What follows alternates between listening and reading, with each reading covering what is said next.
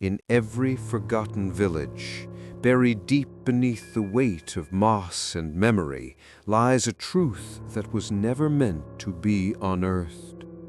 Welcome to FolkFear, where ancient rites, ancestral sins, and forbidden rituals are never truly laid to rest.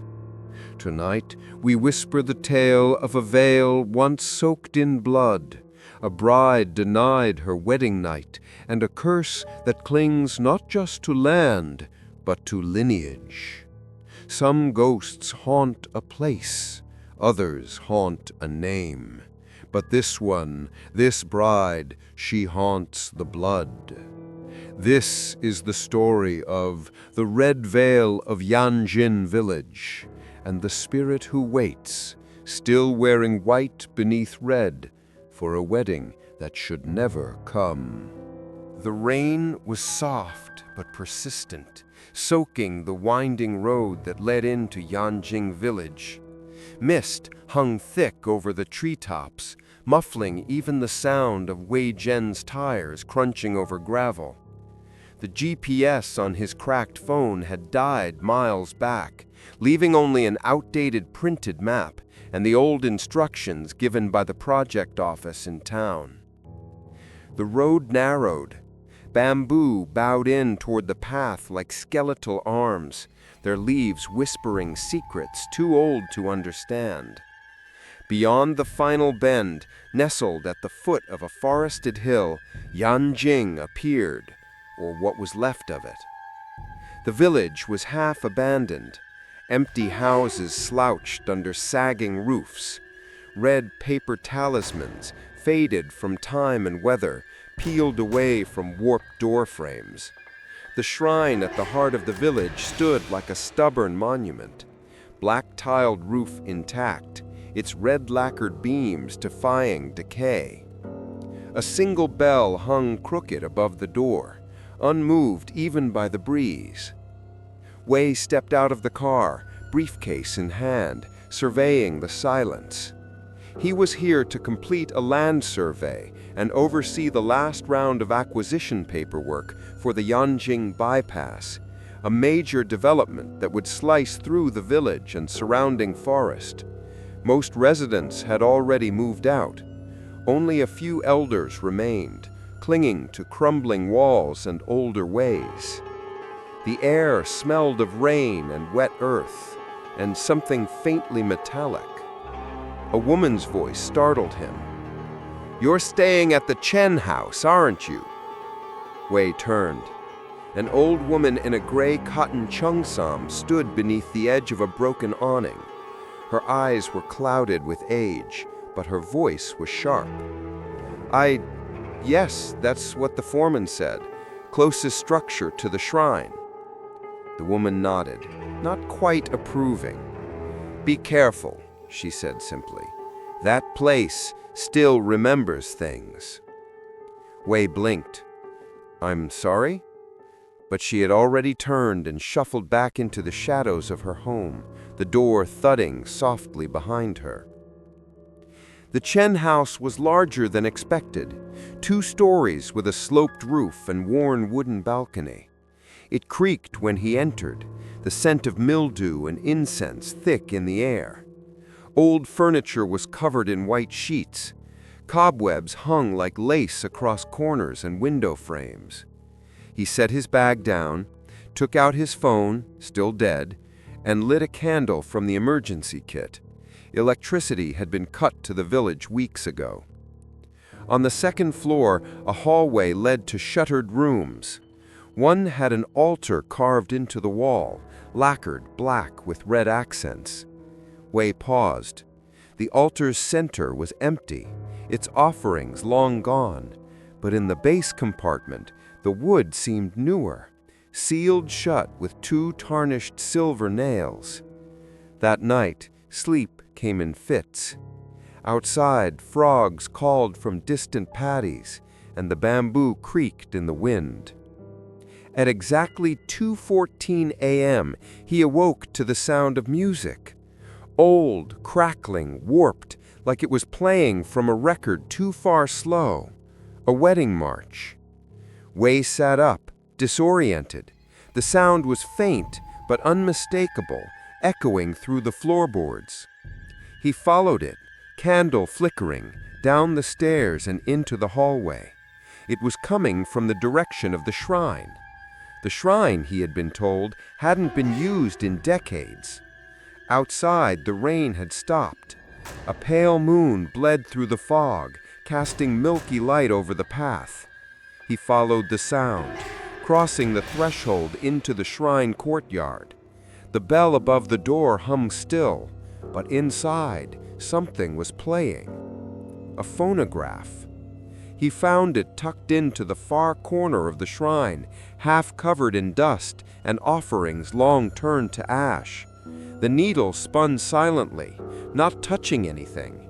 The record warped and melted from age. But the music played on. A low, dissonant tune, like wedding music, but stretched, wrong. Wei took a step back. The candle flickered violently. Shadows twisted against the shrine walls. He turned and stopped. The altar. Something red was peeking out from its base. He crouched, reached out, and saw it clearly. A veil, deep crimson silk, tattered but vibrant against the rot of time. It was nailed into the wood with the same silver nails he had seen earlier. A thread pulled loose and trailed along the floor like a vein.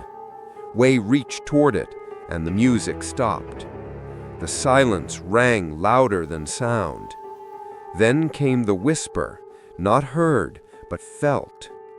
He lifted the veil. He staggered back, heart hammering, breath fogging in the cold. When he looked down again, the veil was gone. Only dust remained. The next morning, he asked one of the few remaining villagers, an old man sweeping his porch, about the phonograph. "No one's used that shrine in over 50 years, the man said. "The phonograph? Burned down in the fire. Nothing left but the shell." Wei frowned. "But it played music last night." The man just stared at him. "Don't play with the dead, young man. They don't forget." Back at the house, Wei returned to the altar. The silver nails were still there, but now one of them was loose, barely hanging on. And there, tucked just beneath the edge, he saw a corner of red silk. It hadn't been a dream. He stared at it for a long time, the air around him turning cold, the light dimming though the candle still burned. The veil wasn't just hidden, it was sealed. And something inside the wood, something old, angry, and forgotten, wanted out. Wei didn't touch it again that day. But at night, when the candlelight cast long shadows across the walls, he heard footsteps pacing above him on the balcony.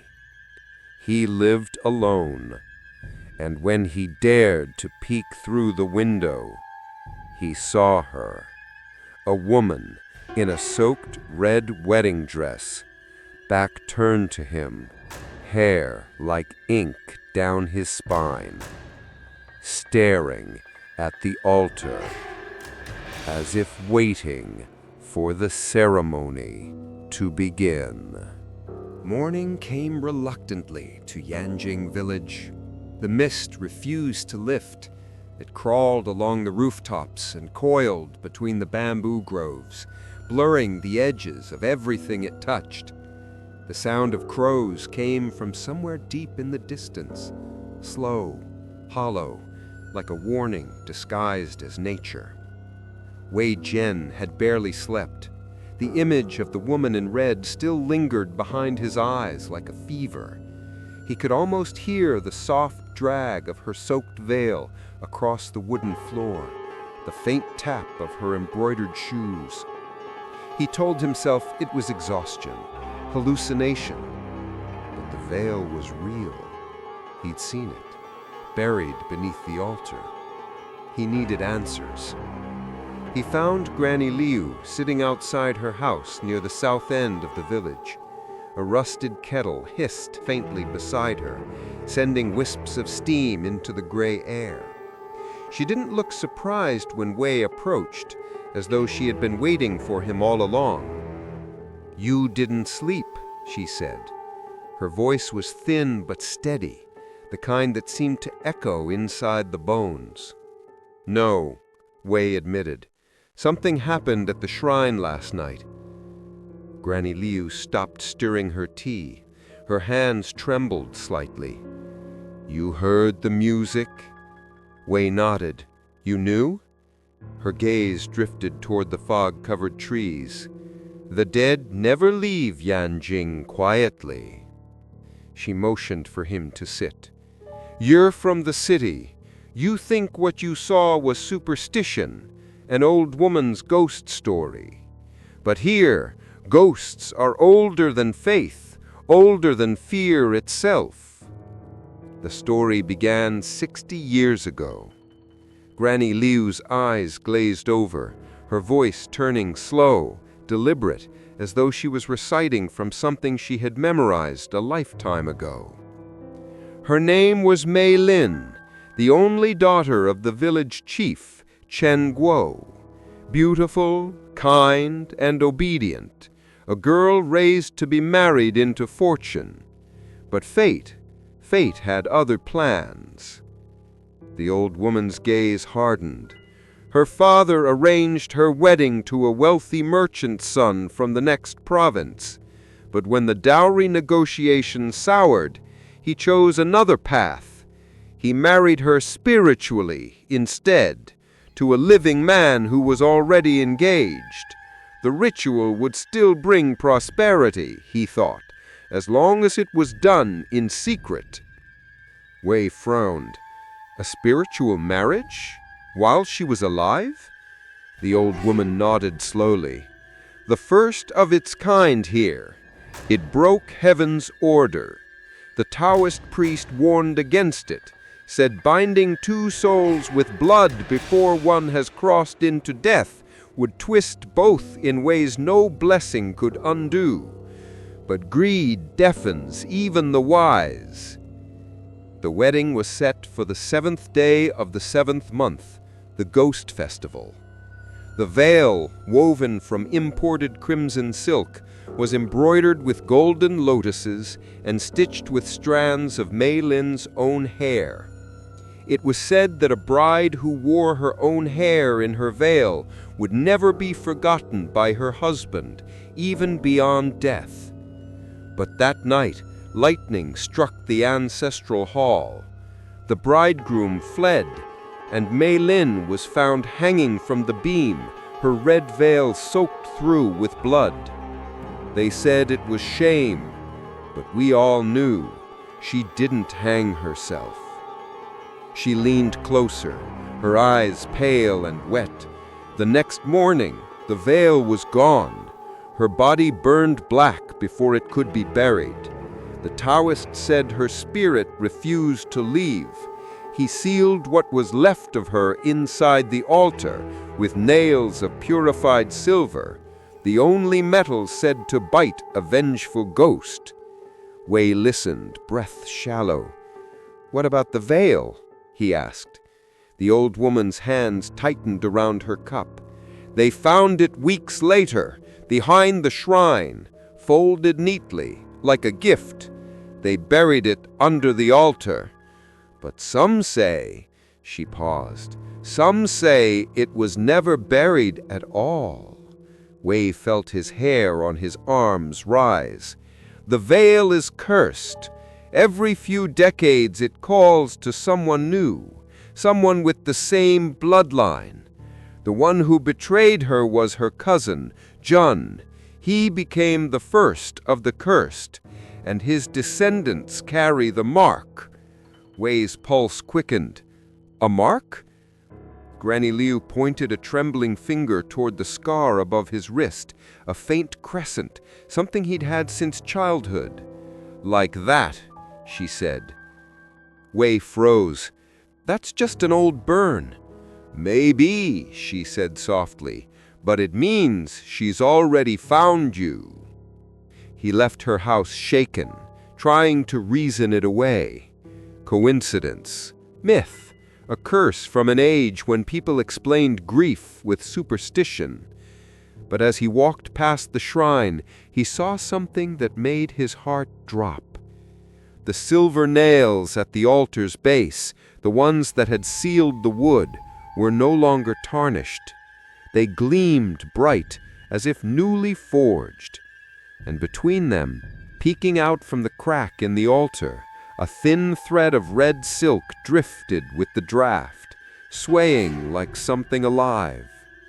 That evening, Wei sat at his makeshift desk, scribbling notes for his report. His pen stopped when he noticed something strange on the corner of his map. There, in faint ink, were 7 red dots forming a ring around the village perimeter. They weren't part of the survey marks, and in the very center of that ring, the shrine. The dots formed the symbol of a binding circle. He ran his finger over them. The ink smeared. It wasn't pen. It was blood. At midnight, the rain returned. The phonograph played again, this time slower than it had before, as though it struggled to remember the tune. Wei followed the sound to the altar. The candlelight trembled. The red silk thread slipped further out from beneath the wood, curling toward him like a beckoning finger. He crouched, whispered to the darkness inside. "Who are you?" The veil moved, just slightly, and the whisper came again, soft as breath, close to his ear. "He left me, waiting." Wei's body cold, and when he looked at the altar again, he saw footprints, small, wet, and bare, leading from the shrine door to the spot where he knelt. They stopped, right beside him. And the last candle went out. Morning came gray and restless, heavy with mist. The air carried that damp, metallic tang that seemed to cling to everything in Yanjing, the wood, the walls, the breath in Wei's chest. He woke with the taste of iron in his mouth. On his pillow lay a single strand of black hair, long, wet, coiled into a perfect ring. Lena's hair was short. He was alone. Wei sat up abruptly. The candle beside his bed had burned itself down to a pool of wax. The windows were shut tight, yet the smell of incense lingered, faint, floral, and wrong. It was the same scent he remembered from the shrine, funeral jasmine. He tried to laugh it off, but his reflection in the cracked mirror stopped him cold. Across the glass, faint condensation spelled 3 words in pale breath. "Do not forget." Wei spent the day inspecting the remaining houses. Most of the villagers had left. Only a handful stayed, the ones too old, too stubborn, or too scared to move. He noted the abandoned fields, the broken irrigation lines, the shrines overtaken by moss. The forest pressed closer here, as if the land itself was trying to reclaim what had once belonged to it. At one house near the river, an old man waved him over. His face was leathery, his hands twisted from years of fieldwork. "You're the surveyor, eh? The one in the Chen house?" "Yes," Wei replied cautiously. The man nodded gravely. "Then you should leave before the 7th night." "What happens then?" The man spat into the mud. "The dead come home, and some of them still have debts to collect." He pointed toward the mountains. "That veil? It should have burned with her body, but the priest disobeyed heaven's order. Now her soul is neither bride nor ghost. She is what the Taoists call a Yuan Han, a spirit with purpose unfulfilled." Wei hesitated. "You mean she's trapped?" The old man looked up, his eyes pale with age. "No, you are." That night, Wei couldn't escape the feeling of being watched. Every shadow stretched too long, every sound too deliberate. He poured himself tea, hands trembling slightly. Then came the knock. Slow, hollow, rhythmic. Not at the door, at the altar. 3 knocks, then silence. Wei froze. He could hear something shifting inside the wall, wood creaking as if it were breathing. He knelt cautiously, placing his ear near the sealed panel. From within came the faint rustle of silk. And then, a voice. "June, you promised." Wei stumbled back, his heartbeat filled his ears. June, the name Granny Lu had spoken, Mei Lin's cousin, her betrayer. He lit another candle, whispering under his breath, "It's not real, it's not real." But when the flame caught, it illuminated something new on the altar. A handprint.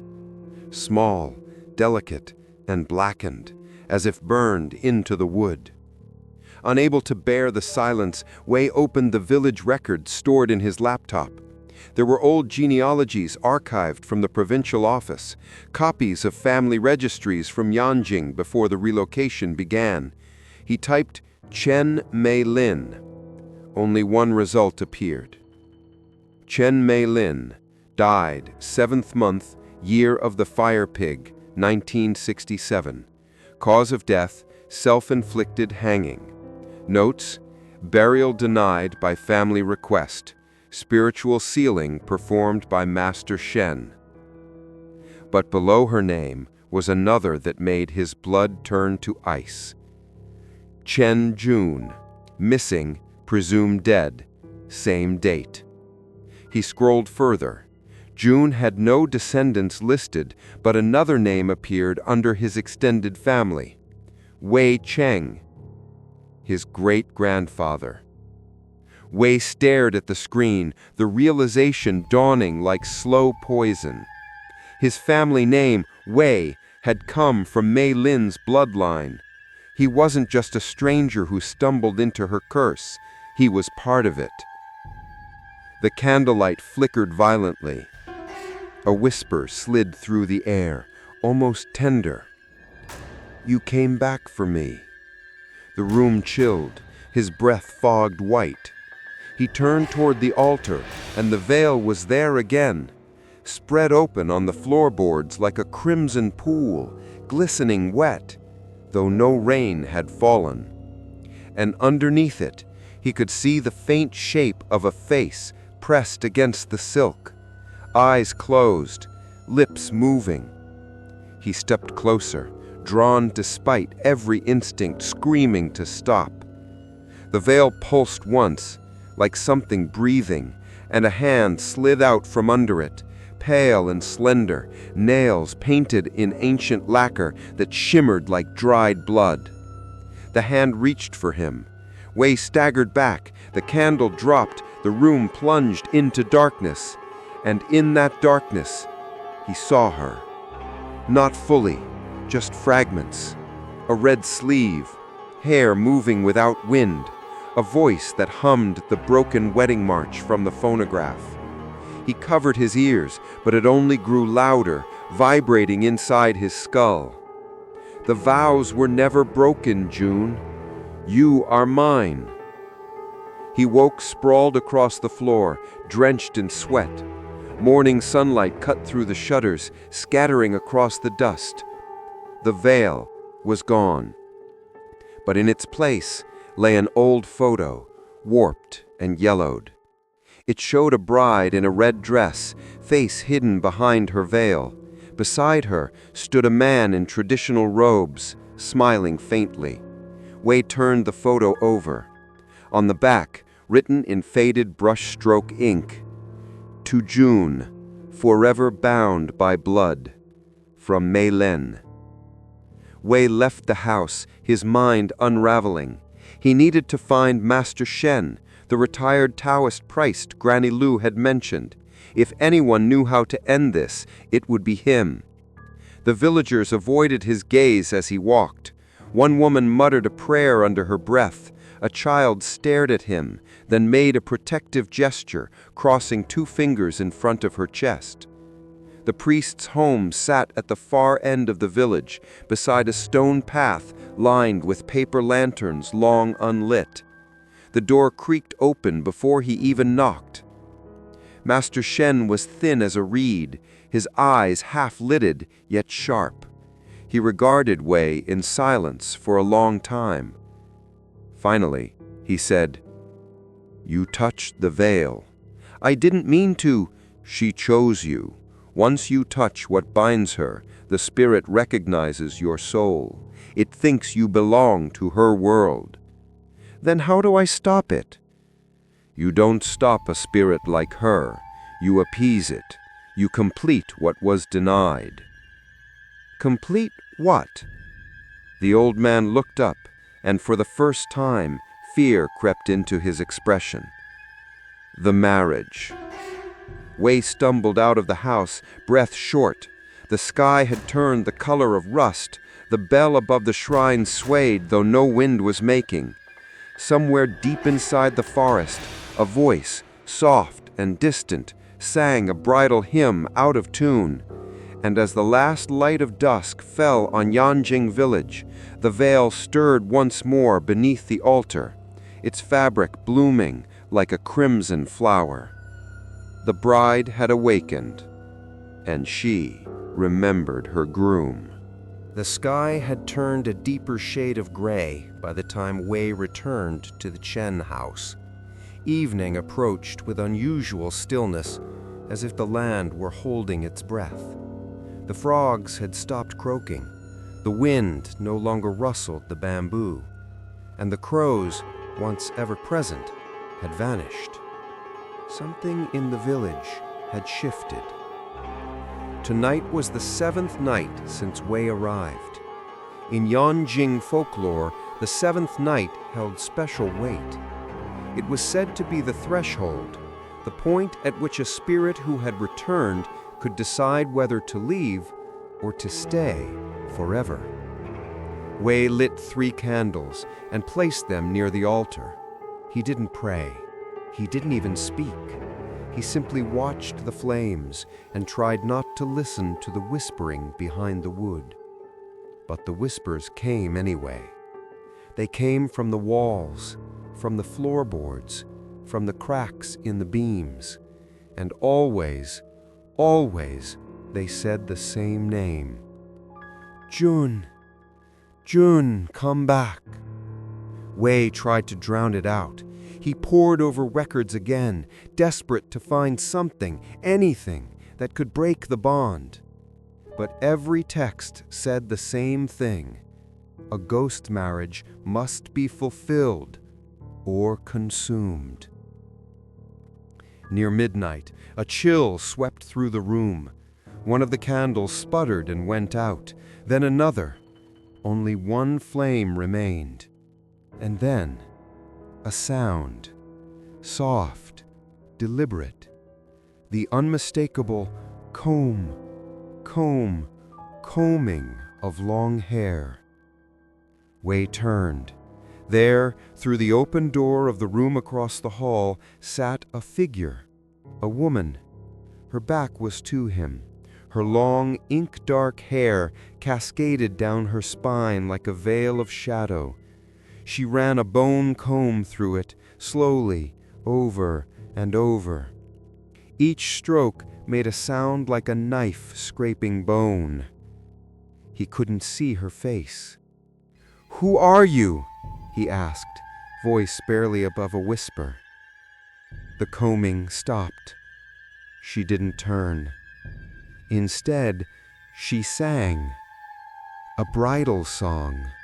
Old, melancholy. One Wei didn't recognize, but somehow remembered. And then, slowly, the woman turned her head. Wei didn't wait. He ran from the room, heart hammering, not daring to look back. Outside, the shrine bell rang once. Not from wind, not from movement. but from presence. Wei made his way to Granny Liu's house in the dead of night. He banged on the door until she opened it, a lantern in her hand. Her expression didn't change when she saw him. "You saw her?" He nodded. "She was combing her hair, in my house." Granny Liu didn't ask how. She simply sighed and motioned for him to sit.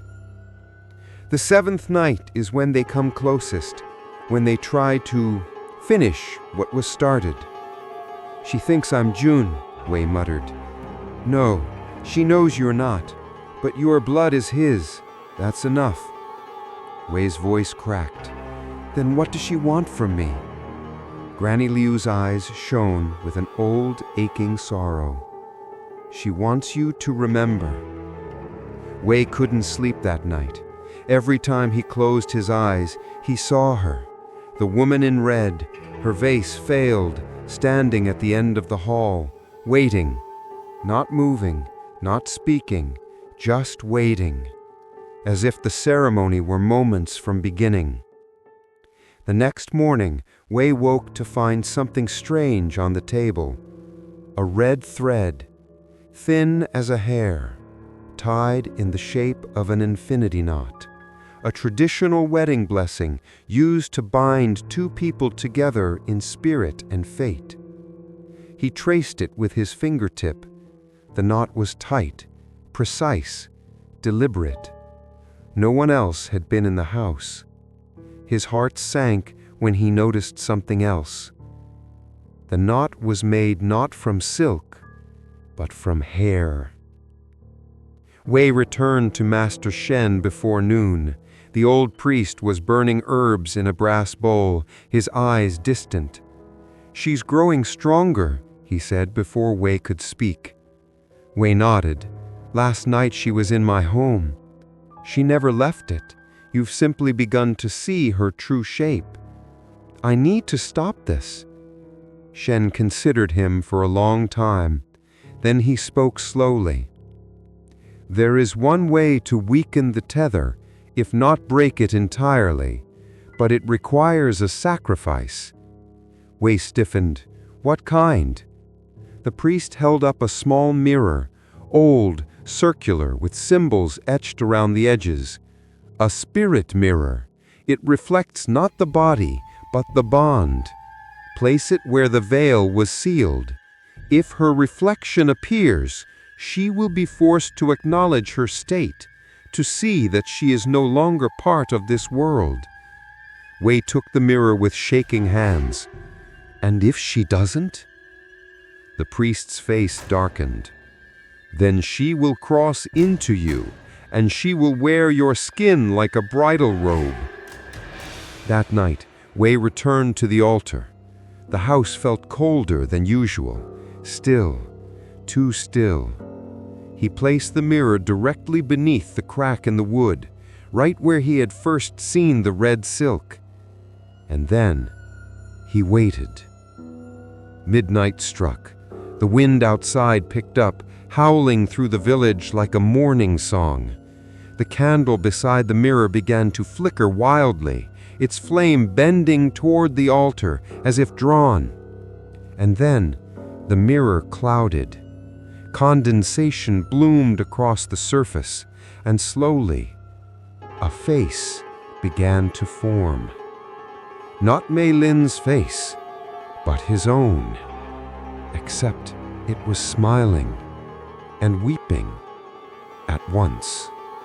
Wei screamed and stumbled back. The mirror shattered, the flame burst into a tall spire of fire, and then extinguished, leaving the room in total darkness.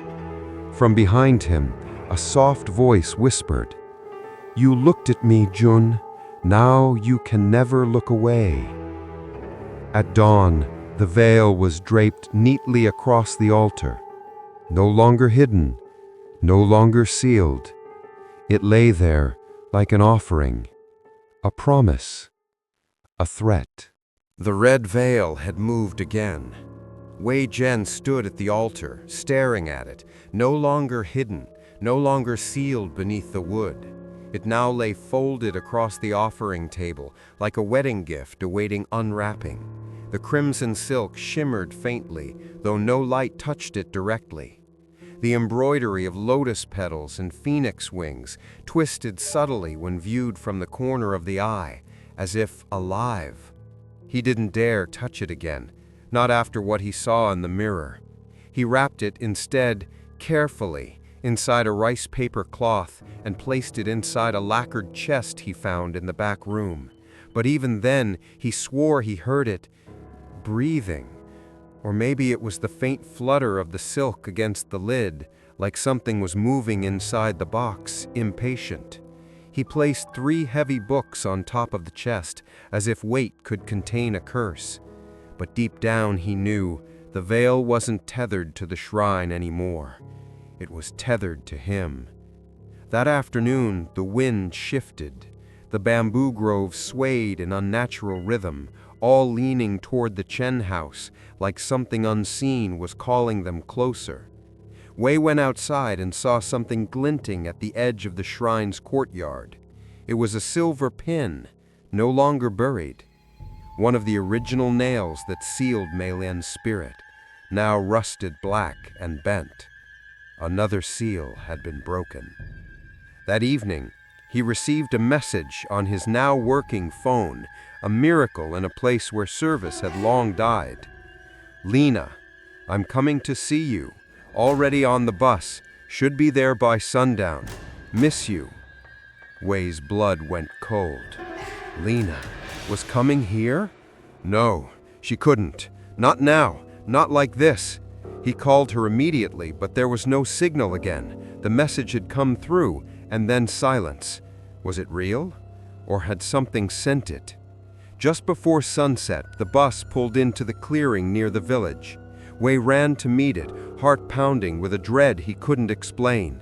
Lena stepped down from the vehicle, smiling. She looked tired, thinner than usual, but otherwise the same. "I missed you," she said, wrapping her arms around him.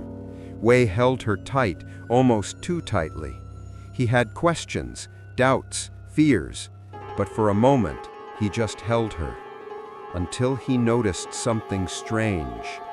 She smelled like jasmine incense, and in her travel bag, tucked into the side pocket, was a comb carved from bone.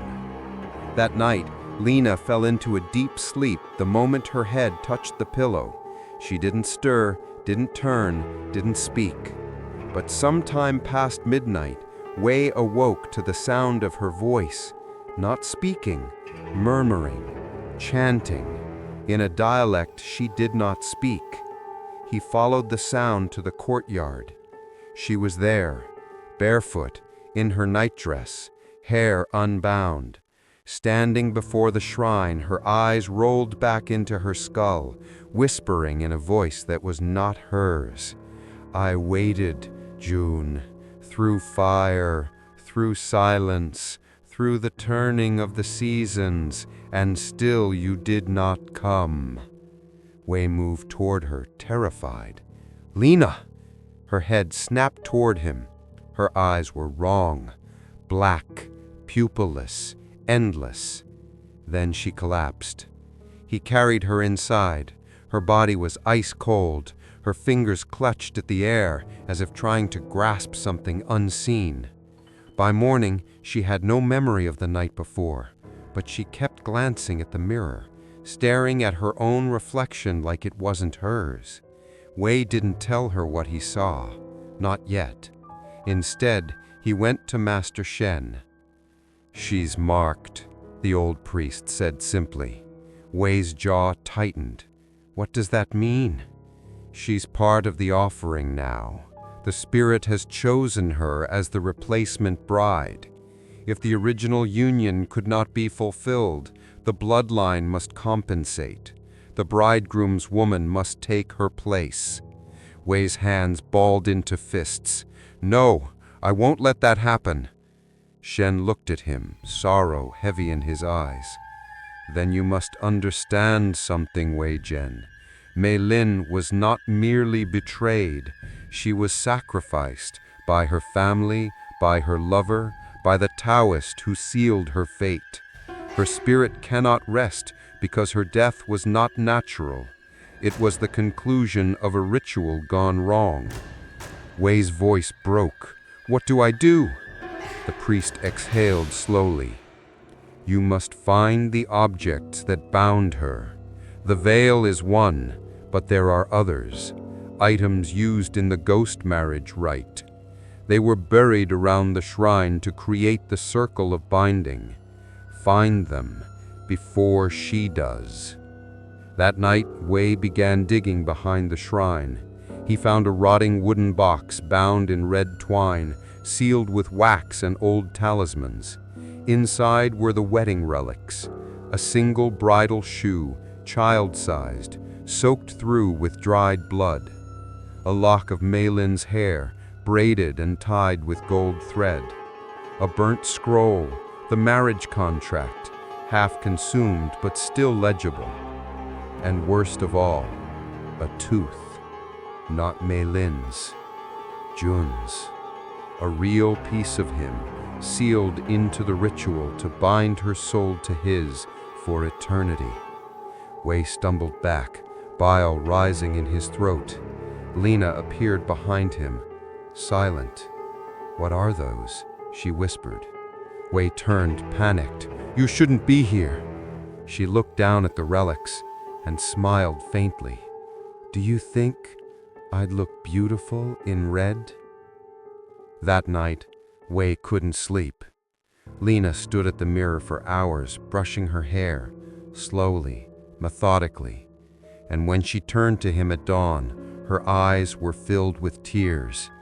"I had a dream. I was wearing a red veil, and I couldn't take it off." Wei pulled her into his arms, but her body was cold again, and in the faint light of morning, he saw it. On the side of her neck, just below the jawline, was a bruise, not round, not accidental, a perfect fingerprint. And on the mirror behind her, written in fog, "She is mine now." Lena was changing. Wei could feel it in the way she moved, slower, more deliberate, like someone walking through water in a dream. Her skin had grown paler, almost translucent in the moonlight. Sometimes she would hum songs she'd never heard before, old wedding hymns Wei recognized from the shrine. And then there were the mirrors. She had started covering them, all of them, without knowing why.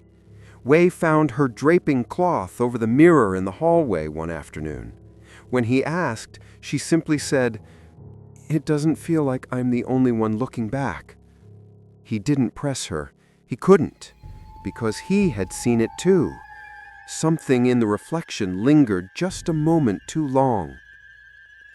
Wei returned to Master Shen with the relic box. The priest examined the bridal shoe, the hair, the scroll, and the tooth with grim reverence. "These were meant to anchor her spirit," Shen said. "Each object is a piece of the ritual. Together, they form the boundary between her world and ours." "Can we destroy them?" Wei asked. Shen shook his head. "Not without risk. If you sever the tether carelessly, her spirit could scatter, or worse, lash out. A ghost bride denied her union becomes a demon in mourning." Wei's voice was low. "Then what can I do?" Shen hesitated. Then he pulled out a small black-bound book, a forbidden text hand-copied from older, darker Taoist scrolls. "There is a second ritual, rare, dangerous. It's a counter-marriage, an offering made to replace the original bride and break her bond to the bloodline." Wei's stomach turned. "You want me to offer someone else?" Shen's silence said enough. "No," Wei said. "I won't sacrifice someone just to save myself." But Shen's eyes darkened. "It's not you she wants anymore." Wei froze. "It's Lena," the priest said. She's already wearing the veil in dreams. The spirit has accepted her. The binding is underway. Wei stood up abruptly, chest heaving. Then I'll break it. I'll find another way. But Shen's voice followed him as he left. There is no other way. If you wait too long, the offering will be made, with or without your consent. That night, Lena didn't speak. She stood at the window for hours, unmoving, watching the shrine below. When Wei touched her shoulder, she didn't flinch. She only turned slowly, with an empty smile. There was a little girl in my dream. She had no face. She just kept handing me flowers and saying, "Bring him to me." Wei held her, but her body no longer felt like hers. It was like holding something wearing her skin. He cried silently into her hair that night, not knowing if she was even there anymore. The next morning, he found blood on the bed sheets. Not hers, not his. Laid across the pillow, tied in a silk ribbon, was another lock of black hair. Wei took it straight to Shen. The priest paled. "This isn't hers," he said. "This is Mei Lin's." The spirit was already transferring her essence into Lena, thread by thread. Shen pulled him aside and said something he hadn't dared speak before. There is one last offering she might accept in place of Lena. Wei looked up. Who? Shen's voice was dry, final. Your unborn child. Wei's blood froze. What are you talking about? She's with child, Shen said. Just days, but Mei Lin knows, and she believes the child carries your bloodline. To her, it's the final heir of the betrayal. Wei stumbled back. No, she doesn't even know yet. But Mei Lin does, Shen whispered, and she wants the child as the bride's soul vessel. The child will be born with her spirit, her memory, her rage, and once she crosses over, she will be reborn through blood. Wei felt the world tilt. He saw Lena in his mind, humming her bridal song, hands resting gently on her stomach, as if already preparing for something not entirely human. Wei left the village that night, driving to the nearest town with working electricity. He bought pregnancy tests, vitamins, anything he could carry. When he returned, hours later, Lena was gone. The house was dark, but the shrine was lit with candles. Wei ran barefoot across the courtyard, his breath catching in his throat. Inside, Lena stood before the altar, eyes closed, dressed in red. The veil was on her head. Her hands were painted with cinnabar. Blood trickled from her nose. And beside her, the relics Wei had buried, the hair, the scroll, the tooth, were burning in a shallow dish. Wei lunged toward her, grabbing the veil and yanking it from her head. Lena collapsed immediately. The flames blew out. But before darkness took over, Wei saw her face. Her eyes were not Lena's. They were black pits, bleeding at the corners. And from her mouth, Mei Lin's voice hissed one final warning. The offering is mine. You cannot unmake what was promised. Later, as Lena lay unconscious, Wei rocked beside her on the floor. His fingers trembled as he touched her stomach, barely beginning to show, but now carrying a weight far heavier than life. And from the shadows of the shrine, the red veil slithered silently back across the floor, drawn not by hands, but by will. Mei Lin had chosen her vessel, and nothing would stop the wedding now. Dawn never fully came. Instead, a muted gray light pressed down over Yanjing village like a burial shroud. The trees stood still, unmoved by wind. The air was thick with the scent of charred paper and iron. Wei Zhan rose with aching limbs. Lena was still asleep, or unconscious, curled beneath heavy quilts, her face pale, lips slightly parted. Her breath was shallow but steady. He dared not wake her. Something had changed during the night. He could feel it in the walls, in the floor, in the weight of his own blood. And then he saw it. Outside the window, draped over the shrine door, was the veil, hung there like a banner, a warning, or an invitation. Wei ran barefoot across the courtyard, heart pounding against his ribs like a drum. He stopped short of the shrine, staring up at the veil. It shimmered, wet. Droplets ran down its edge, dark and slow, landing in the dirt like falling tears. Except it wasn't water. It smelled like iron, blood. He looked up at the shrine bell above the door. It swung gently, though there was no breeze. Inside, the shrine was filled with smoke. The remnants of last night's ritual still lingered, scorched talismans, cracked candles, and a deep bowl of black ash. But now, on the altar, someone had arranged the burnt relics into the shape of a lotus, and at the center of that lotus sat a bridal ring, ancient, gold, and cracked. Wei didn't touch it. He knew better now.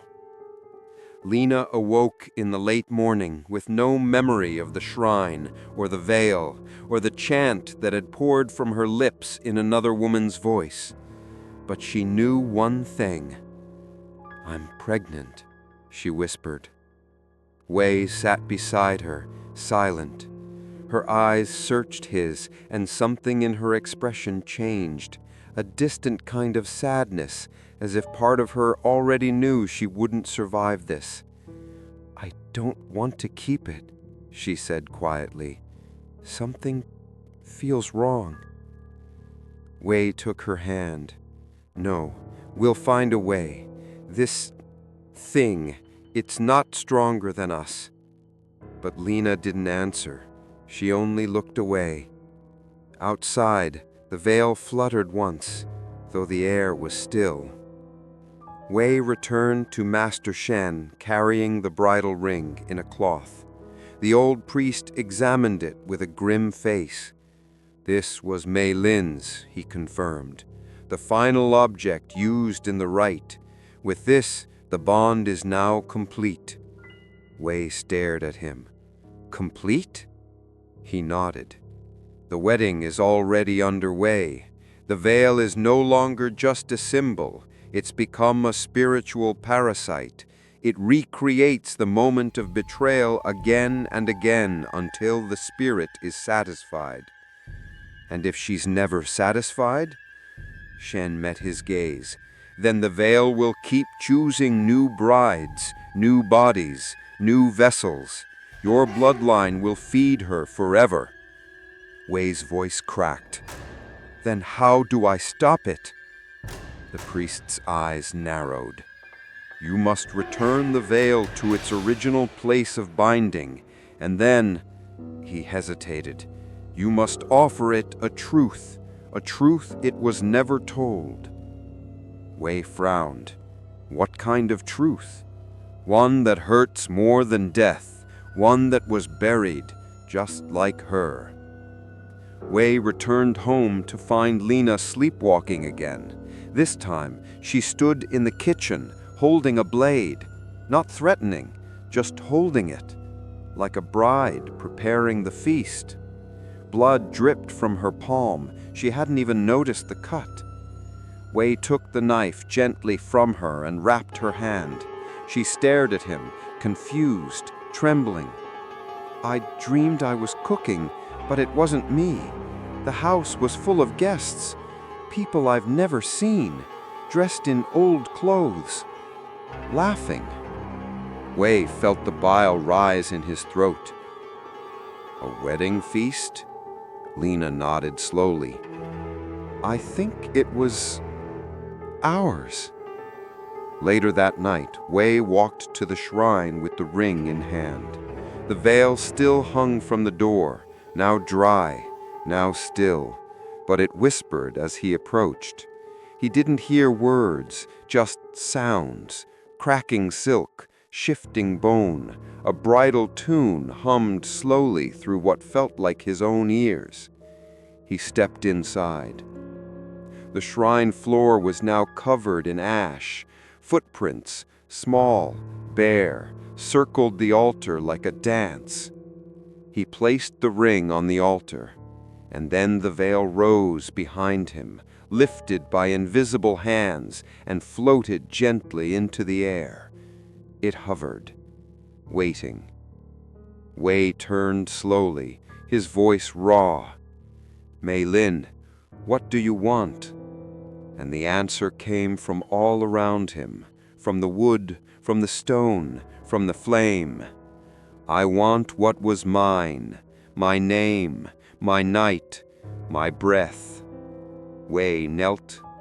Then take me, not her, not the child, take me. The veil paused, then fell slowly onto his shoulders, wrapping around him like arms. But it didn't claim him. Instead, it pressed a single word into his mind, like a blade between ribs. Liar. Wei staggered back, breath ragged. She didn't want sacrifice. She wanted truth. He understood now. The betrayal hadn't been just Jun's choice. It had been a conspiracy, a curse born not from heartbreak, but from being used. By her father, by her family, by the priest who sealed her into silence. She died not because she was unwed, but because she refused the ritual once she learned what it truly meant. And for that, she was killed, hung, burned, buried, and bound. Wei returned to Master Shen, furious. You lied to me. The story you told, it was incomplete. Shen closed his eyes. It was mercy. No, he hissed. It was complicity. You were the priest, weren't you? Shen said nothing. Wei's hands trembled. You were the one who sealed her, who hid the truth. She would have destroyed the village, he whispered. The ritual was already done. Wei's voice was hollow. You chose to bind a screaming girl and silence her forever. Shen looked away, and now she screams still. That night, the veil moved again. It returned to the Chen house, hovering over the bed where Lena slept. Wei stood in the doorway, holding the truth in his heart like a torch. He spoke aloud, not to the room, but to the spirit. I know what they did to you, Mei Lin. He told her everything, the arranged betrayal, the silencing, the ritual that turned her into a curse, not a bride. And as he spoke, the veil drifted down and gently rested across Lena's stomach. For the first time, it did not burn. It wept, soft drops of blood, tiny, sorrowful. And then the voice came again, fainter now, smaller. I was never meant to be born again. Wei fell to his knees, sobbing. The veil lay still, and for that night, just one night, the air in Yanjing village felt lighter. But the wedding was not yet over, and the veil was not yet done. The nights had begun to lengthen. Even the moon seemed reluctant to look upon Yanjing village now, veiled behind thick clouds, pale and trembling, like it feared what lingered below. Inside the Chen house, every breath of air felt heavy, as if the house itself remembered. The walls whispered faintly in the dark, the floorboards creaked without footsteps, and Wei Zhen had stopped trying to tell himself it was imagination. Because he knew now, the veil wasn't haunting the village anymore. It was haunting him. Lena barely spoke these days. She moved through the rooms like a shadow, her steps soft, her eyes hollow. Her belly had begun to swell, though the doctors in town had warned that stress might endanger both her and the child. But when Wei looked at her, he felt only fear. Sometimes at night, he would wake to find her sitting upright beside him, hands folded over her stomach, whispering lullabies he didn't recognize. When he asked who taught her the song, she would smile faintly and say, "She sings to me from inside." And once she said something that froze his blood completely. She says, "You look like him." Wei avoided the shrine for days. He tried to focus on work, on logic, on the idea that everything could still be undone. But one evening, he found something that shattered that hope. It was a document left on his laptop, though the computer hadn't been connected to power or network in days. A scanned copy of an old marriage contract. It bore his name, not Jun's. Wei Zhen, written in faded ink, beside Chen Mei Ling, and beneath the signatures in old calligraphy. "Till the cycle is complete." Wei's hand shook. He whispered to himself that it couldn't be real, that this was another of her tricks. But he knew deep inside, he had taken Jun's place. He had touched the veil, and the curse had rewritten history itself to make him the spirit groom. That night he confronted Master Shen again. The old priest was burning incense when Wei burst through the door. "You knew," Wei said, his voice hoarse, trembling between rage and despair. "You told me she wanted closure, but she doesn't want peace. She wants a husband." Shen stared at him, eyes full of age and sorrow. "That's what I feared. The contract has transferred. The ghost bride always binds to the living bloodline." Wei slammed his fists onto the table. "Then how do I stop it?" Shen said nothing for a moment. Then he whispered, "You can't. Not unless someone takes the vow in your place." Wei froze. "You mean a sacrifice?" "A willing one," Shen said quietly. "Someone who accepts the union completely and offers their life as the bridge between worlds. Only then will she leave the living." Wei's face twisted. "That's not salvation. That's suicide." "Not suicide," Shen murmured. "Ritual balance. You tampered with the thread of fate. Only death can reseal it." Wei turned away, shaking. "No, I won't lose her again." The priest's voice followed him like an echo. "You already have." When he returned to the Chen house, Lena was gone. The front door stood open.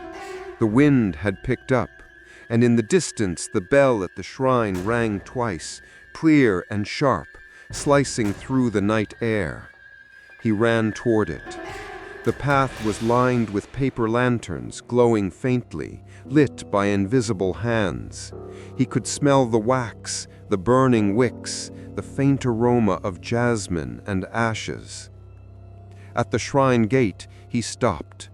Lena stood before the altar. But she wasn't alone.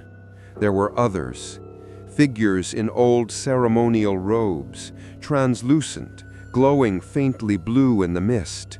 They filled the shrine courtyard, standing silently, watching the altar as if waiting for the ceremony to begin. And there, at the center of it all, hung the veil, floating in the air. It descended slowly, settling onto Lena's head like a crown. She didn't resist. Instead, she turned toward Wei and smiled. "Do you hear them? They're welcoming us." "Lena," Wei said, stepping forward, "take it off." But her eyes were gone, replaced with pools of black. Her voice changed, layered now with something older, heavier, full of sorrow and rage. "You signed your name, Jun. You sealed your fate, Wei Zhen. The bride has waited long enough." The lanterns flared at once, wind rushing through the shrine like a scream. The spirits began to chant, low, rhythmic, haunting, the wedding hymn. Wei tried to reach her, but invisible hands grabbed his arms, holding him in place. He could feel their touch, cold, brittle, like frost on bone. "Mei Ling," Wei shouted, "if you can hear me, I know the truth." The air trembled. He felt it then, her presence, not just near him, but around him. The veil shifted, the chanting stopped, and for the first time he saw her clearly. She stood behind Lena's body, her true form shimmering like smoke, her eyes soft and wet with centuries of grief. She wasn't a monster. She was a wound that never closed. "Your father killed you," Wei said softly. "He used your death to seal his family's wealth. He made your cousin betray you. It wasn't love that bound you. It was greed." Her expression wavered, pain flickering through her ghostly features. Wei stepped closer, hands trembling. "You deserve peace, not this." But her face twisted again, sorrow turning to fury. "Peace? There is no peace for the forgotten. You live because I was erased." The spirit shrieked, the lanterns burst. Lena screamed, a sound not human, not earthly. Wei ran forward, pulling at the veil, ripping it from her head. A force threw him backward. The world blurred. He hit the ground hard. When he looked up, Lena had collapsed. The veil was floating above her, burning, curling into ash. And Mei Ling's voice, softer now, whispered through the smoke. "You broke the vow, but the blood remains." When Wei awoke, the shrine was empty. The veil was gone. Lena was breathing, faint but alive. He carried her home as dawn broke, exhausted, trembling, his mind hollow. But as he laid her down, something fell from her sleeve. A small piece of paper. He unfolded it with shaking fingers. It was another marriage contract. This one blank, except for one signature at the bottom. Wei Zhen, and space left empty, waiting for hers. That night, as he drifted into uneasy sleep, he dreamed of Mei Ling's voice again. Not angry this time, almost tender. "You wear the name of the living, but you belong to the dead." And when he woke, the veil was hanging above their bed once more, faintly glowing red, swaying in the morning light. The rain returned without warning. It came heavy, sudden, unrelenting, soaking the soil, flooding the ditches, and washing over the village like a funeral procession from the sky. The water ran red through the cracks in the stone paths, as if the land itself had reopened old wounds. Wei Jun stood beneath the awning of the shrine, staring at the soaked courtyard. The veil was no longer visible, but he could feel it, in the walls, in the floor, in the silence that pressed against the world like a breath held too long.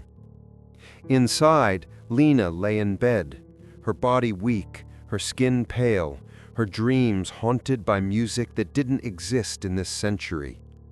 Time was running out, and he knew where he had to go.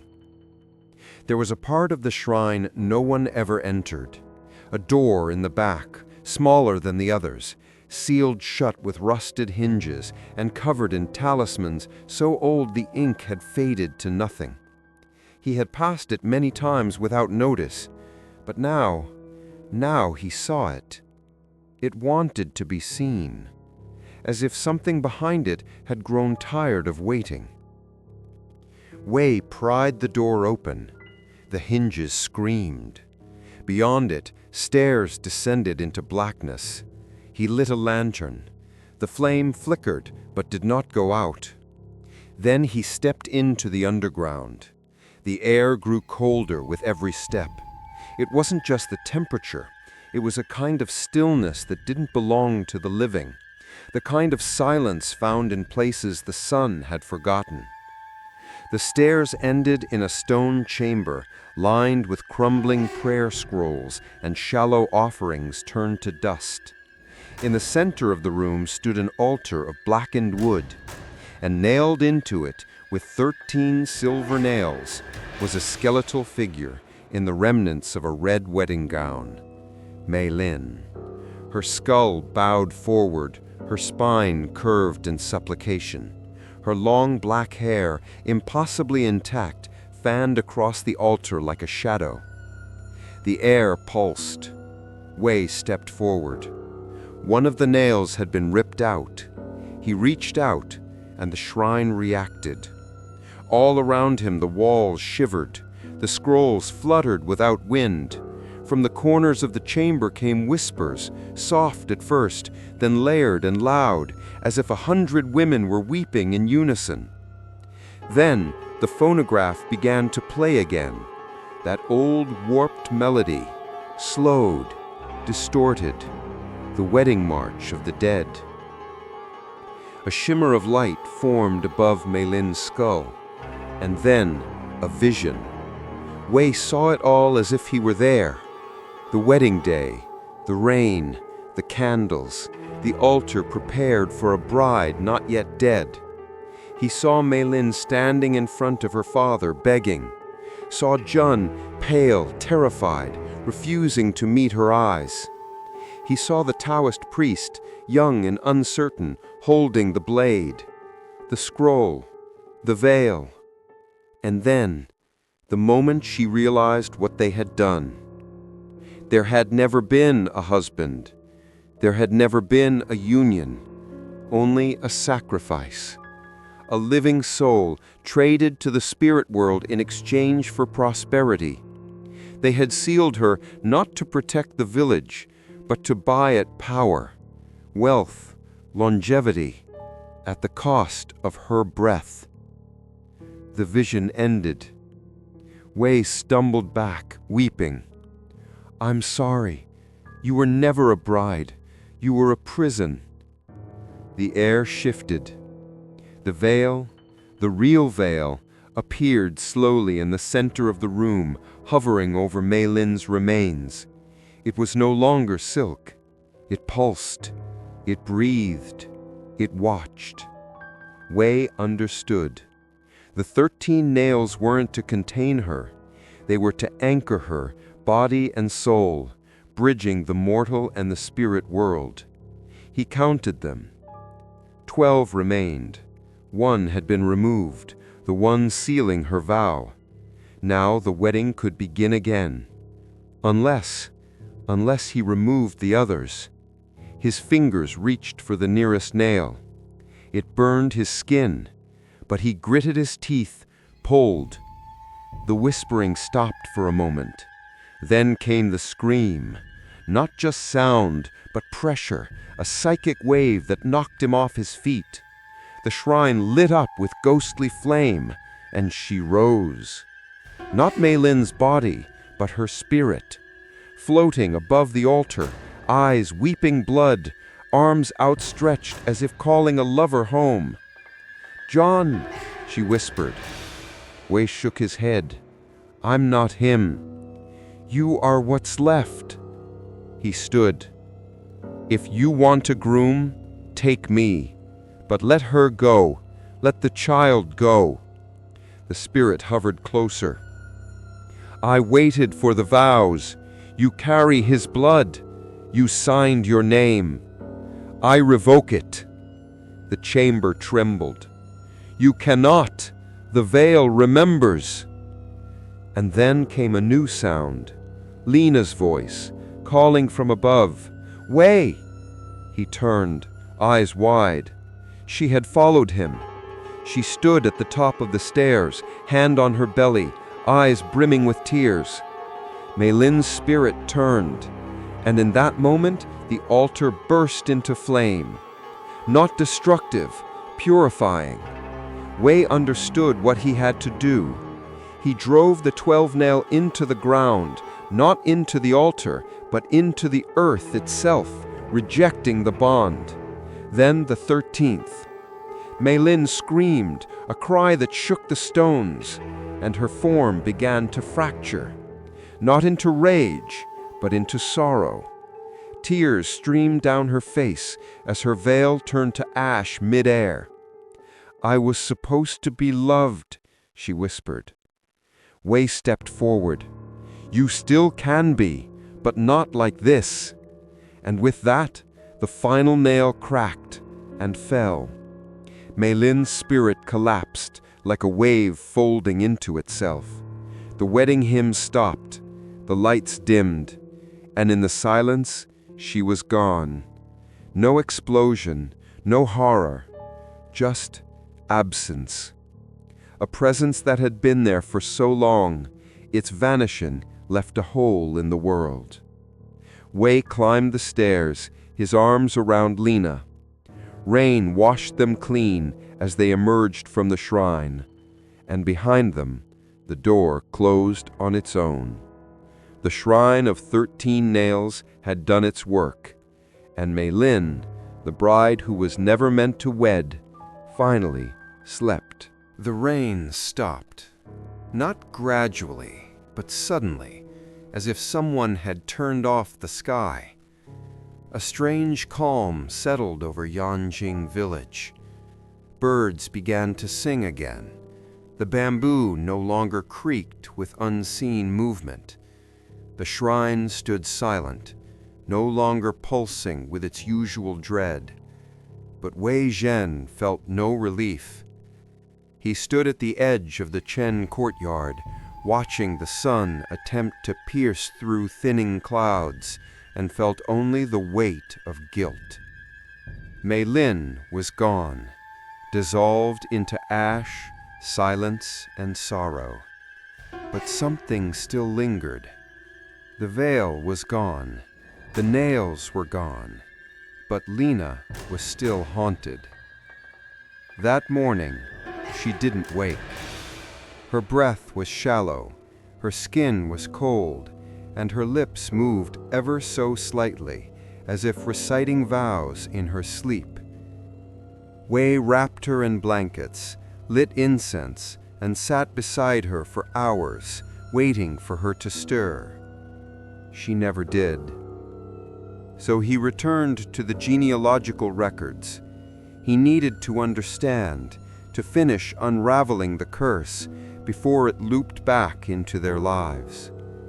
And what he found in the village archives made his blood run cold. Chen Mei Lin had been 16 at the time of her death.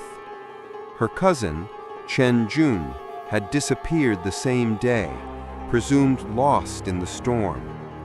But what the official records never mentioned was that Jun had been taken into hiding by his own family, not for safety, but for shame.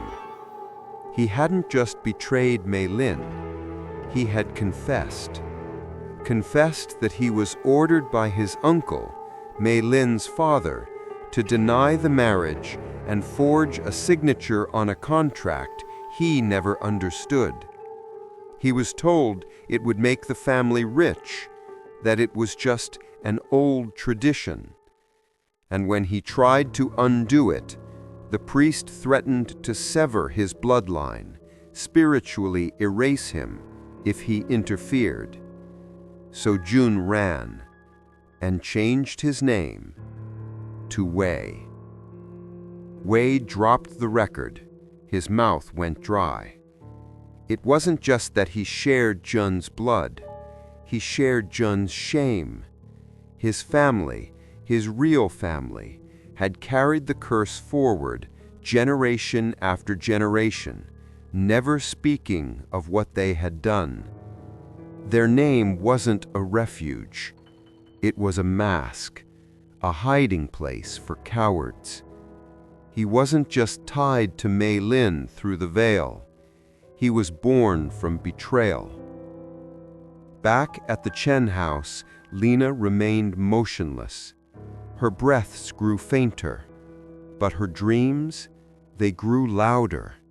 He could hear them now, whispers in the dark, faint music at the edges of the walls. The scent of red roses, wilted, dry, filled the room, though no flowers had been brought in. He lay beside her, holding her hand, and then he heard her voice, not aloud, but inside the silence. "She's not angry anymore, Wei, but she's still waiting for someone." Wei whispered, "Who?" A pause. "The one who ran." Wei returned to Master Shen that night, his eyes hollow, his voice steady. "My great-grandfather was Jun, wasn't he?" The old man didn't answer right away. Instead, he poured tea. "When Jun fled, he begged me to remove the contract from the shrine. He offered to return, to die in her place. But Mei Lin was already gone, not dead, but transformed, anchored, and I was too afraid to do anything. I let him go." Wei's throat tightened. "You buried the truth." Shen nodded. "I buried it with the rest of them, in names, in lies, in forgetting." Wei leaned forward, voice like ice. "Then help me fix it." There was only one way left, the final ritual, a mirror wedding, not of flesh and blood, but of reflection and lineage, a ritual that forced the sin of the bloodline to face its echo, binding it not to spirit, but to memory, to acknowledgement. Wei would offer not his death, but his truth, and hope it was enough. The ceremony took place at the altar beneath the shrine, now emptied of nails and veil. Wei stood before it, holding nothing but a candle and the worn contract with Jun's name at the top. Beside him, Lina, still unconscious, lay with a silver thread around her wrist, bound to his by a matching thread. A wedding, of sorts, but not of love, of restitution. He spoke the vow 3 times, as the priest instructed. "I carry the name of the one who ran. I carry the shame of the one who lied. I stand not as groom, but as heir of guilt." The air stirred, the candle flickered, and for a moment, just a moment, Mei Lin appeared. Not as a ghost, not as a demon, but as a girl, 16, smiling faintly, wearing a veil of red blossoms, her eyes no longer full of rage, but of deep, endless sadness. She looked at him, then at Lina, and she nodded. The candle went out. Lina gasped and opened her eyes. She was awake, and Mei Lin was gone. this time, for good. They returned to the house in silence. Outside, the village slept, peacefully, for the first time in 60 years. But in the hallway mirror, Wei saw something that made him stop. Not his reflection, Jun's. He looked just like him, and he understood. Some ghosts never need to return, because they never left. The village breathed easier, but Wei Jian did not. Though the veil was gone and Mei Lin had vanished into silence, there was something hollow in the calm that followed. Peace, he had learned, was not always a blessing. Sometimes it was the silence between storms. Lena was recovering slowly. She moved more now, spoke more clearly, smiled in brief moments, but her eyes lingered on shadows. She no longer asked questions about the dreams or the voice that used to whisper lullabies from inside her. She didn't want to remember, and Wei didn't blame her. But Wei remembered everything. The veil, the nails, the vision of Mei Lin's final moments, the revelation that he and the child were descended from the bloodline that betrayed her, that he had inherited not just the sin, but the seat at the altar. And still, something inside him whispered that the wedding was not truly over. Not yet. The signs began to return on the 11th night. It started with food. Bowls of rice set out on the table, steaming hot, though no one had cooked. Chopsticks placed neatly, each pair pointing inward, a sign of invitation in traditional funerary rites. Lena assumed Wei had done it. Wei assumed she had. Neither of them had. The next night, the table grew larger. More bowls, roasted duck, dried lotus root, cold tofu in red vinegar, dishes no longer common in modern kitchens, but familiar to anyone who had prepared a traditional ancestral banquet. Wei stared at the table in disbelief. It looked exactly like the feast offering laid out in ghost marriages, offerings to honor the union of the dead. Only this one was for the living, and there was only one seat. That night, the dreams returned. Wei found himself walking through the village dressed in ceremonial robes he had never worn. The lanterns were lit in red, hundreds of them, casting bloody light across the stones. And ahead of him, inside the shrine, was a table stretching into infinity. Empty chairs lined both sides, except one. At the head sat Mei Lin. She wore no veil now, only her red dress stitched back together from the ashes. She didn't smile, she didn't speak, she simply gestured to the seat beside her. And when Wei sat, the food before him turned to ash. He awoke with blood on his hands. Not a wound, no cuts, just blood, dried between his fingers. And across the kitchen table, the same feast, still warm, still waiting. Wei returned to the shrine. He lit incense, burned joss paper, called out Mei Lin's name. Silence. But the veil had returned. It hung above the altar like a shroud, gently swaying. He reached for it, and the moment his fingers brushed the fabric, the room changed. The shrine dissolved into red. All around him, wedding banners fluttered in windless air. The phonograph played again, only now the tune was faster, insistent, rushed. And then came the guests. They emerged from the walls, from the floors, from the smoke. Dozens of them, wearing ceremonial robes, their faces blank, waxy, mouths sewn shut. Ghosts of the village, guests of the bride. Each took their seat at the long wooden table, bowls appearing before them. Wei stood at the end, watching, trembling, as the final dish was placed before him. A bridal cake, round, red, decorated with white lotus flowers, and at the center, a small wax figure. Him. The guests began to clap, slow and solemn.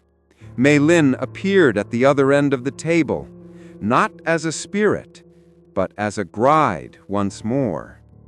This was the final wedding, and he was the only living guest.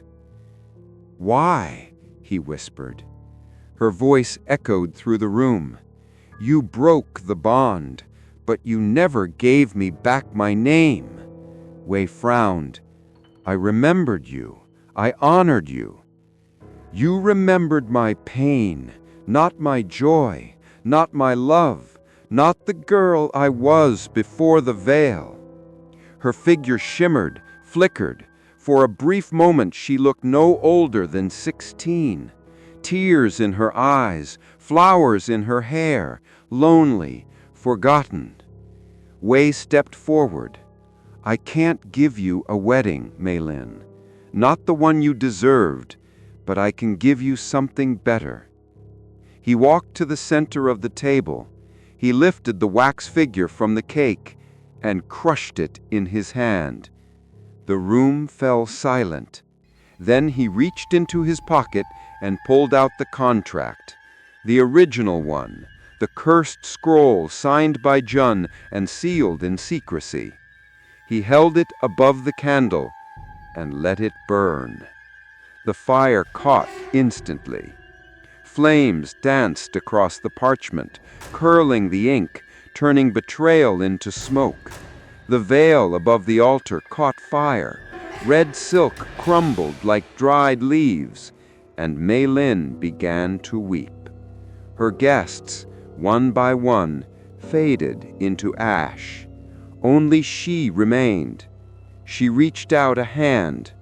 Wei took it, not out of guilt, but grief.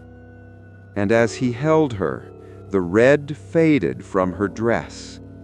It turned white, pure, and then she vanished, softly, finally, completely. Back in the real world, Wei sat at the shrine floor, candle extinguished. The veil was gone, no ashes, no sign it ever existed, only the faint scent of wedding roses. And outside, for the first time, the wind carried laughter. Not cruel, not ghostly, but light, like a girl smiling after a long, silent wait. Lena's breath came in shallow waves. By morning, her skin had regained warmth. Her lips returned to their natural color, and her hands, once cold as river stone, now clutched softly at the sheets. But the child inside her stirred restlessly, and Mei Lin's presence, though no longer violent, remained. Wei Jian knew it. Not in the way one sees or hears a ghost, but in the way the world leans, subtly and quietly, toward a place it has once been, as if retracing old footsteps. The curse was not finished, because the cycle wasn't just about memory, it was about inheritance. Wei returned to the shrine at dusk. The rain had washed away the blood-soaked soil. The ashes were gone. The veil was no more. But the air was heavier. He knelt before the altar, this time without incense, without offerings, just the truth. The contract had burned. The nails had been removed. The spirit had wept. But the child, the final thread connecting past to present, was still tethered. Mei Lin was no longer trying to take Lena's body. She wanted rebirth. Master Shen appeared at the doorway. He had aged in days, deep new lines carved into his face, his hands trembling without cause. "It's begun," he said simply. Wei turned to him. "What?" "The final binding. When a spirit fails to complete the ritual death, it seeks reincarnation through blood. It does not possess, it replaces." Wei's heart turned cold. "You're saying Mei Lin wants to be born through the child?" Shen nodded once. "And if she is, she will not be a child." Wei paced the shrine floor. "There must be a way to stop it." "There is," Shen replied, "but it's not clean." Wei's eyes narrowed. "Tell me." The priest unwrapped a cloth bundle from his satchel.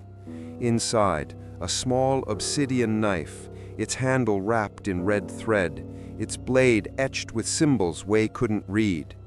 A spirit-severing knife, rare, dangerous, illegal, forbidden in all formal Taoist rites. It is not used to destroy a spirit, but to remove it from the cycle of rebirth. Wei stared at it. "You want me to kill the baby?" "No," Shen said softly, "not the baby, the soul inside."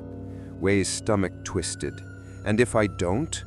Then Mei Lin returns, not as a ghost, not as memory, but as something that lives and never forgets." Wei returned home with the knife wrapped in cloth. He didn't tell Lena. She was asleep again, curled on her side, one hand over her belly, a small smile on her lips. She had been having dreams again, but they were no longer nightmares. She said the girl in red no longer screamed, she sang. And that made it worse, because now Mei Lin wasn't angry. She was waiting. That night, Wei held the blade beside Lena's stomach. He didn't move. He couldn't. The symbols on the obsidian pulsed faintly in the candlelight, not glowing exactly, but breathing, as if the blade remembered every spirit it had cut from the world. And just as he prepared to press it to her skin, Lena opened her eyes. She didn't flinch. She only looked at him. "You're going to kill our daughter?" Wei froze. "I'm not," he whispered. "She's not ours, not really." Lena sat up slowly. Her voice was calm. "She is. She's both. She's ours and she's hers." Wei's throat closed. "She's a curse. She's a child," Lena said, "and we don't have to run from her pain anymore." The room fell silent. Outside, wind moved through the trees. The shrine bell rang once. Wei brought the blade back to the shrine. Shan met him at the threshold. "I couldn't do it," Wei said. "You chose love," the priest replied, "not with judgment, but sorrow. Now you must prepare." "For what?" Shen looked to the sky. "For a child who will remember things he should not." That evening, Lena went into labor.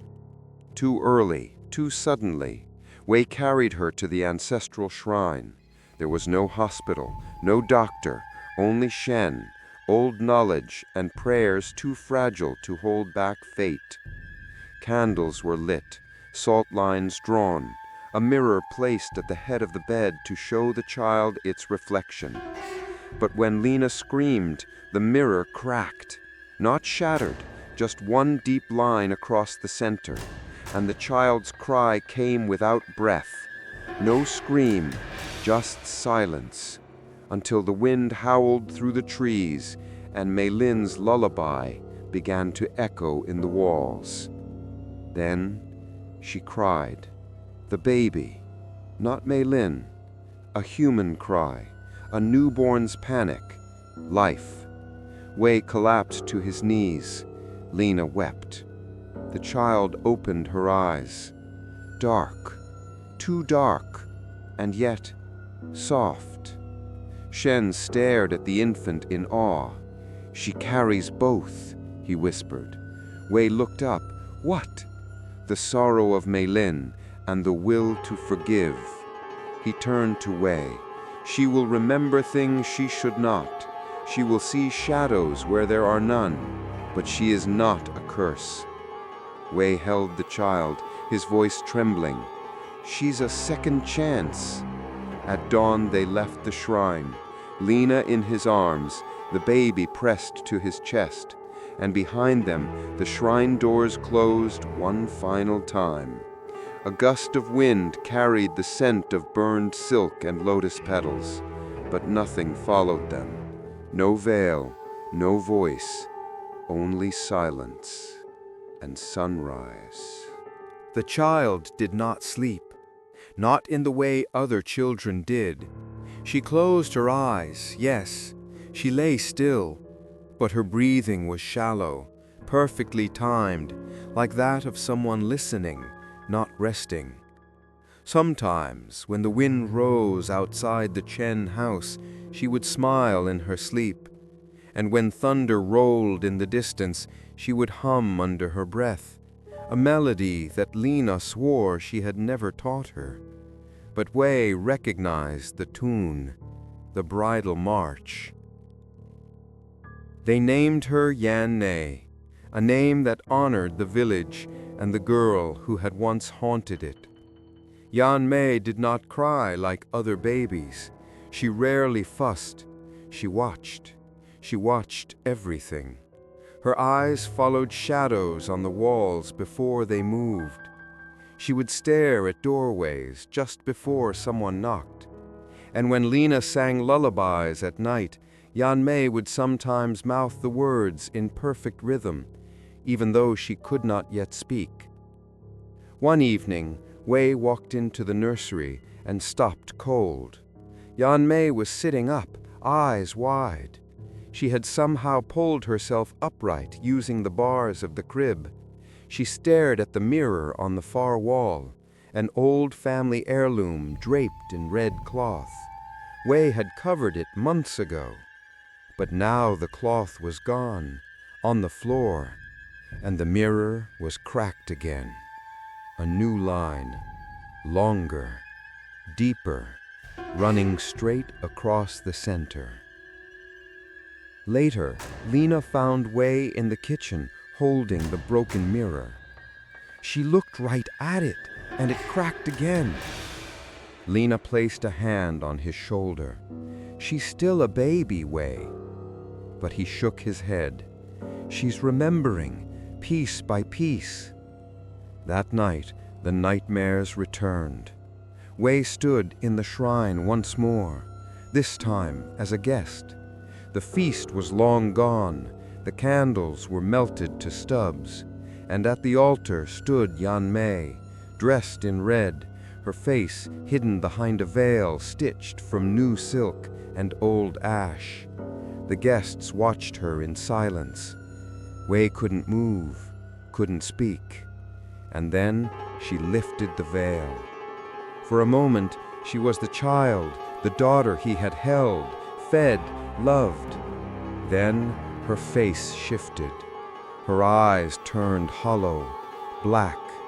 A voice layered with two tones, young and ancient, whispered, "I remember who left me. I remember who sealed me. I remember who let me die." Wade jolted awake, soaked in sweat. The baby monitor glowed beside the bed. He turned the volume up. Silence. Then a whisper, faint. Too faint to be Lena, too clear to be static. "I forgive you, but I will not forget." At dawn, he returned to the shrine alone. The doors opened for him. The altar was empty. No candles, no ashes, no veil. But on the floor lay the mirror, the same one that had cracked each time Yanmei gazed into it. Now it was whole, polished, reflecting perfectly. Wei stared into it, expecting to see himself, but instead he saw her, Mei Lin, dressed in white this time. No blood, no tears, just a quiet sorrow. She looked at him for a long time, and then she smiled, gently, sadly, and reached forward. Her hand touched the mirror from the inside. Cracks formed instantly, webbing across the surface like ice. And then, with a single shattering sound, the mirror broke. Glass exploded outward. Wei shielded his face. When he opened his eyes again, there was nothing left but dust. He returned home, bleeding slightly from a cut on his cheek. Lena met him at the door, baby in arms. She woke up crying, screaming really, and then she trailed off. Wei looked at the baby. Yan Mei had fallen back asleep, but in her tiny hand, clenched tight, was a piece of mirror glass, smooth, untouched by blood. Wei took it gently, held it to the light. No reflection, just darkness. That evening, as Lena sang to the baby, Wei took the shard of mirror and buried it at the edge of the forest, beneath the roots of a twisted pine tree. He poured salt over the soil, whispered a prayer he didn't remember learning, and walked home in silence. When he entered the house, the power flickered, then returned. And in the living room mirror, his reflection looked back, unbroken, at peace. For the first time in weeks, the house felt warm again. Not safe, not innocent, but free. And when Yan Mei opened her eyes in the morning, they were not black, they were brown, just brown, like her mother's. Yanjing village was empty now. The roads were paved, the signs replaced, the shrines sealed by concrete and rebar. A highway hummed in the distance where rice fields used to sway. Most who passed through never noticed the rusted gate nestled between trees, or the way the wind slowed near that bend in the road. The past had been buried, or so they thought. Wei Jian stood at the edge of what had once been the village center, holding his daughter in one arm and a bundle of red thread in the other. The thread had appeared in the baby's crib that morning, tied in an infinity knot. Old style, tight, precise. Lena had wept when she saw it, not from fear, from understanding. Because Yan Mei had stopped speaking the name Mei Lin in her dreams, she had stopped humming the wedding tune. But the veil never truly disappeared. It had just changed shape. At dusk, Wei walked to the ridge above the highway and buried the red knot beneath a stone marked only with one word. Ji, remember. Then he looked up at the stretch of road that cut through where the shrine had once stood. A soft breeze moved through the trees, and somewhere below, faint, almost imagined, came the clang of a bell. Just once. That night, Lena found Wei on the balcony, looking out at the forest. "She's quiet tonight," she said, rubbing her shoulder, sleeping deeper than usual. Wei didn't answer at first. Then, "Do you think she'll forget?" Lena sat beside him. "No, but I think she'll grow beyond it." Wei nodded slowly. "And us?" Lena took his hand. "We already did." Far below, the truck passed on the highway, its headlights cutting through the mist. The driver squinted at the road ahead. For a moment, just before the curve, He thought he saw a woman in red standing at the shoulder, veil over her face, arms folded. But when he blinked, she was gone. The air turned cold in the cab. He shook it off, rolled up the window, and never looked back. 2 weeks later, Wei checked the balcony door before bed. As always, he kissed Lena goodnight, checked on Yan Mei, turned off the lights, and as he climbed into bed, he noticed the curtains swaying, gently, with no wind. He approached the glass, opened it, and hanging from the balcony rail was a strip of crimson silk, tattered at the edge, wet, breathing. And in its weave, faint but clear, woven like a name no longer willing to fade, were 4 tiny stitched characters. You are still mine. Outside, the stars blinked overhead. The village had been erased from the maps, but not from memory, not from blood, and not from her. Because some rituals never end, some names echo past their death, and some veils are never truly lifted.